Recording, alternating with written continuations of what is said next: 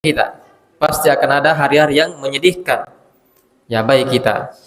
Maka insyaallah taala malam ini kita akan berikan sedikit ya nasihat untuk diri kami pribadi dan yang lainnya bagaimana menghadapi musibah. Ya, ketika mendapatkan ujian. Musibah berbagai macam. Awal kita ditipu sama orang, dibodoh-bodoh sama orang, harta kita diambil, atau kita sakit, atau masalah keluarga, masalah keuangan dan seterusnya. Yang jelas musibah-musibah.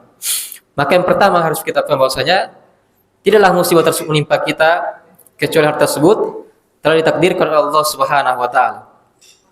Takdir Allah tidak akan bisa meleset. Sudah ditakdirkan 50 tahun sebelum diciptakan langit dan bumi. Ya Allah, Nabi sallallahu alaihi wasallam bersabda, kata Allah maqadil khalaiq qabla yakhluqas samawati wal ardh bi 50 alf sanah. Allah telah menetapkan takdir seluruh makhluk itu 50.000 tahun sebelum diciptakan langit dan bumi. Maka musibah pun yang menimpa kita itu sudah takdir Allah, tidak akan bisa meleset. Biar berkumpul seluruh makhluk untuk menghalangi, pasti akan terjadi. Pasti akan terjadi musibah tersebut.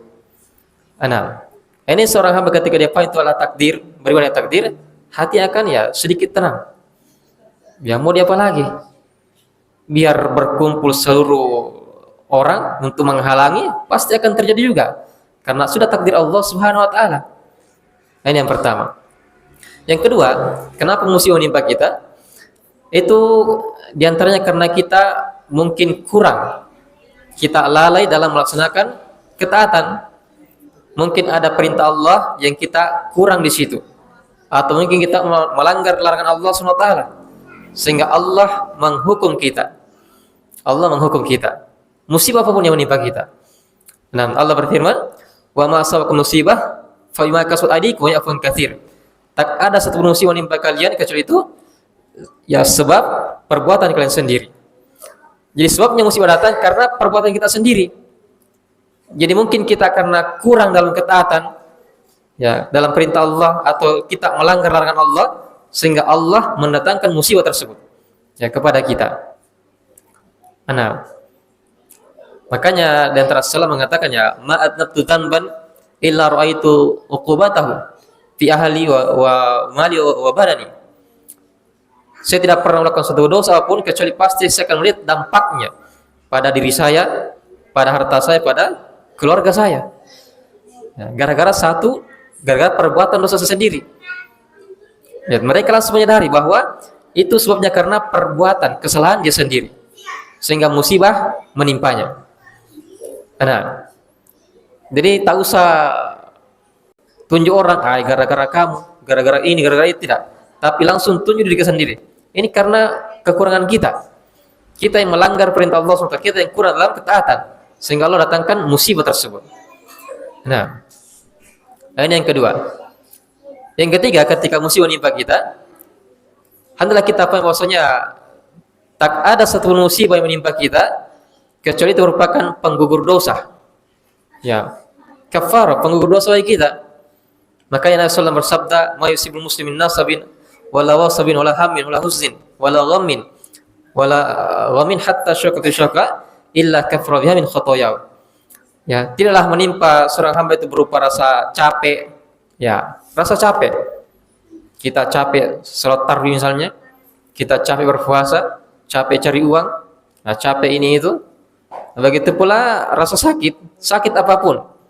Apakah sakit yang datang-datangan, atau sakit yang sesaat, atau sakit yang terus-menerus, ya kena penyakit. Begitu pula rasa gundah gulana, hati tidak tenang, was-was, gelisah, rasa sedih. Jadi perasaan-perasaan tidak enak yang menimpa diri kita. Sampai-sampai kata Nabi, dur yang menusuknya, kecuali itu merupakan penggugur dosa bagi dirinya. Jadi setiap musibah menimpa kita itu penggugur dosa. Ya, penggugur dosa bagi kita. Bahkan Nabi sallallahu alaihi wasallam bersabda ya, "Ma yazalu bala'u bil mu'min wal mu'minati fi nafsi wa ahli wa mali hatta yalqallah wa ma alaihi khati'atun." Terus-menerus seorang laki-laki yang beriman, begitu perempuan yang beriman, ditimpa oleh musibah.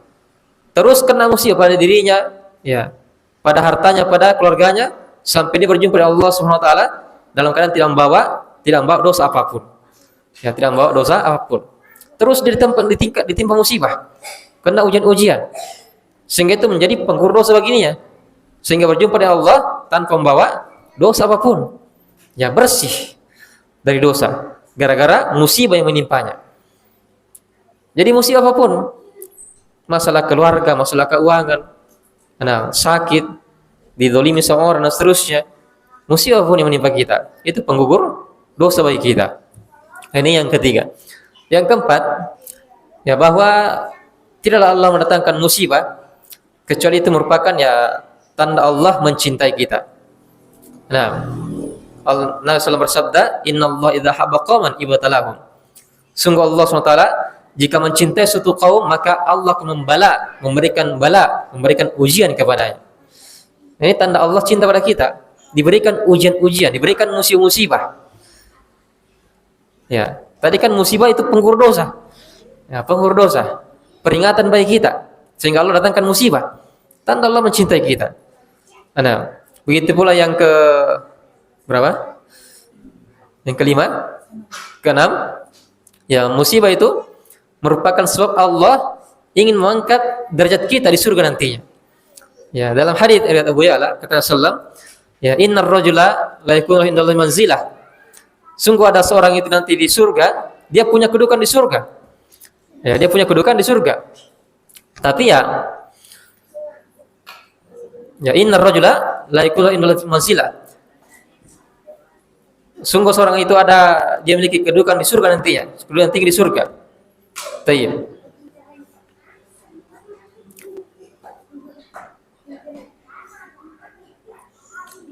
Ya belum hobi amalin. Yang mana dia tidak bisa mendapatkan kedudukan tersebut dengan amalan. Jadi bukan dengan sholat, puasa, sedekah, bukan dengan ini itu, bukan dengan beramal. Bagaimana caranya? Tapi fama yazal yabadali bima yakrah hatta yuballighaha. Allah terus mendatangkan musibah kepada dirinya. Allah terus berikan ujian kepadanya. Jadi didatangkan hal-hal yang membuat dia ya menderita. Datangkan musibah kepadanya sehingga dia mendapatkan derajat tersebut. Jadi bukan dengan beramal, bukan dengan sholat, puasa, sedekah dan seterusnya. Ya, tapi Allah datangkan terus ujian kepada dirinya. Ya, dia tidak datangkan musibah kepadanya sehingga dia mencapai derajat tersebut. Tayyib. Kemudian, ya, di antara sebab datangnya musibah adalah, itu Allah ingin palingkan kita dari hal yang lebih jelek darinya. Ya, kita dipalingkan dari hal yang lebih jelek dari hal tersebut. Allah ya Subhanahu wa ta'ala berfirman, dan ini kaidah dalam kehidupan, pengalaman hidup, ketika ada hal yang tidak kita senangi menimpa kita, ada hal-hal yang kita ingin sekali mendapatkan ternyata tidak jadi, ataukah ternyata Allah berikan kita musibah sehingga kita membenci hal tersebut, maka ya ingat firman Allah Subhanahu wa ta'ala, wa sa'an takrahu syai'an wa huwa khairul lakum. Boleh jadi kalian membenci sesuatu padahal itu baik-baik kalian. Kita benci hal tersebut padahal itu baik-baik kita. Penglihatan kita itu jelek. Ini tidak bagus. Ya, musibah.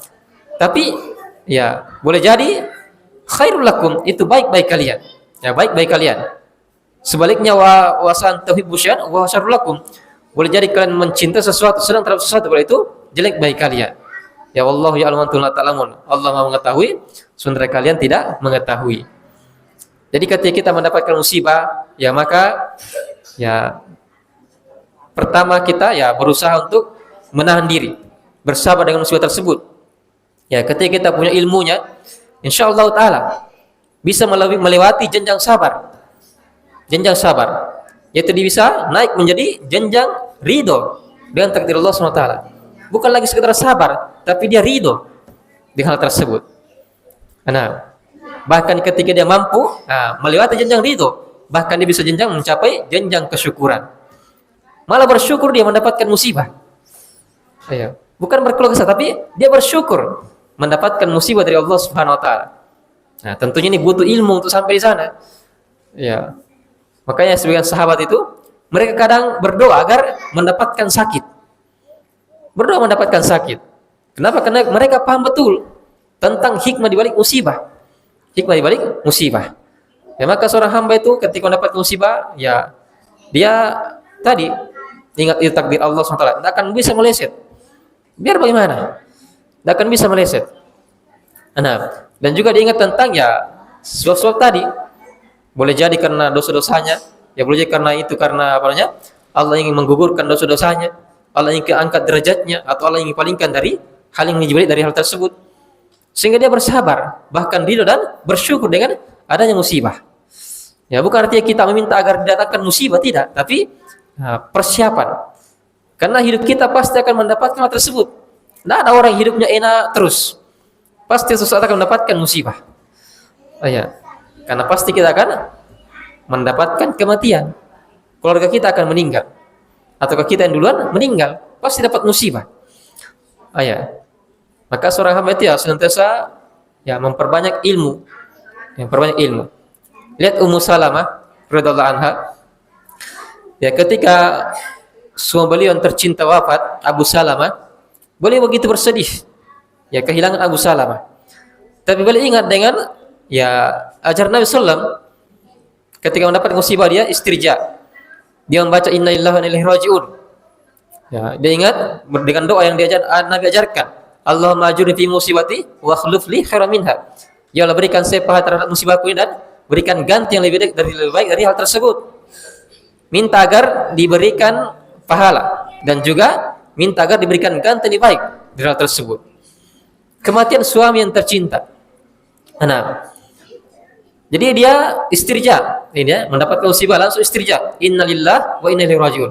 Allahumma ajurni fi musibati, ya Allah, berikan pahala terhadap musibahku ini. Wa akhlif li khairan minha, dan berikan ganti dariku dari hal tersebut yang lebih baik. Dia baca ini. Maka dia pun berkata, siapa yang lebih baik daripada Abu Salamah? Ya, siapa yang lebih baik daripada Abu Salamah? Ya, ternyata setelah selesai iddah beliau, datanglah Rasulullah SAW melamar beliau. Masya Allah. Rasulullah datang menggantikan Abu Salamah, menggantikan posisinya sebagai suami. Lihat ketika dia istirja, inna lillahi wa inna ilaihi raji'un. Dia baca doa tersebut sehingga ya Allah berikan pahala yang besar dan digantikan lebih baik daripada hal tersebut. Nah, jadi kita hidup di dunia, kita butuh ilmu. Kuncinya kembali kepada ilmu. Makanya kata Nabi ya, mayyurillahu bi khairin faqih fid din. Siapa yang ingin pada kebaikan maka Allah akan jadikan dia faqih, paham dalam agama. Ya, seorang mukmin itu keadaannya adalah pasti dua hal. Apakah dia bersyukur dan bersabar? Cuma dua ini saja orang yang beriman. Ya, makanya Nabi betul heran, takjub dengan kondisi orang yang beriman itu. Ya, kata Nabi sallallahu alaihi wasallam, ajab li amril mu'min. Sungguh menakjubkan kondisi orang mukmin. Inna amrahu kullahu lahu khair. Sungguh seluruh perkaranya baginya itu kebaikan.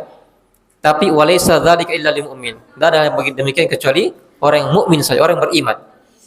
Ya, bagaimana kondisi mereka? In asabatu sarra syakara fa kana khairal lahu. Jika dia ditimpa dengan musibah berupa sarra, hal yang menggembirakan, maka dia bersyukur, itu baik baginya. Tapi in asabatu dharra sabara fa kana khairal lahu. Jika ditimpa dengan dharra yang memudaratkan, yang tidak bagus, maka mereka bersabar, itu baik bagi dirinya. Nah, jadi mencapai jenjang iman, jenjang ihsan, itu kita butuh kepada ilmu. Maka ya nasihat untuk diri kami dan semuanya untuk ya memperbanyak ilmu, bersabar dalam menuntut ilmu, ya untuk kita sebagai bekal-bekal ya dalam beramal, ya mempersiapkan amalan kita, bekal kita menuju ya negeri akhirat.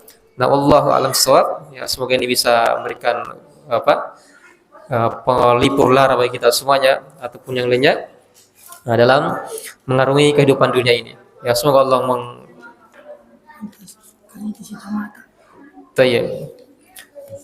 kemudian jamaah yang Allah SWT,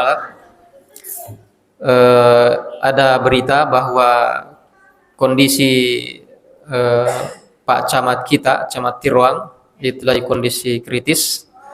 Ya semoga Allah menyembuhkan beliau, ya Pak Andi Ansar ya. Dan beliau juga sebetulnya teman kami ya. Kita pernah satu kelas dengan beliau waktu SMP.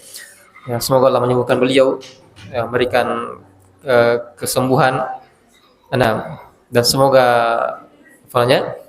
ya diberikan yang terbaik, diampun dosa-dosa beliau, dan semoga sakit tersebut yang menjadi penggur dosa-dosanya, ya, dan mengangkat derajatnya, dan tentu kita berharap agar bisa kembali sembuh seperti sedia kala. Ya syafahullah ajilan.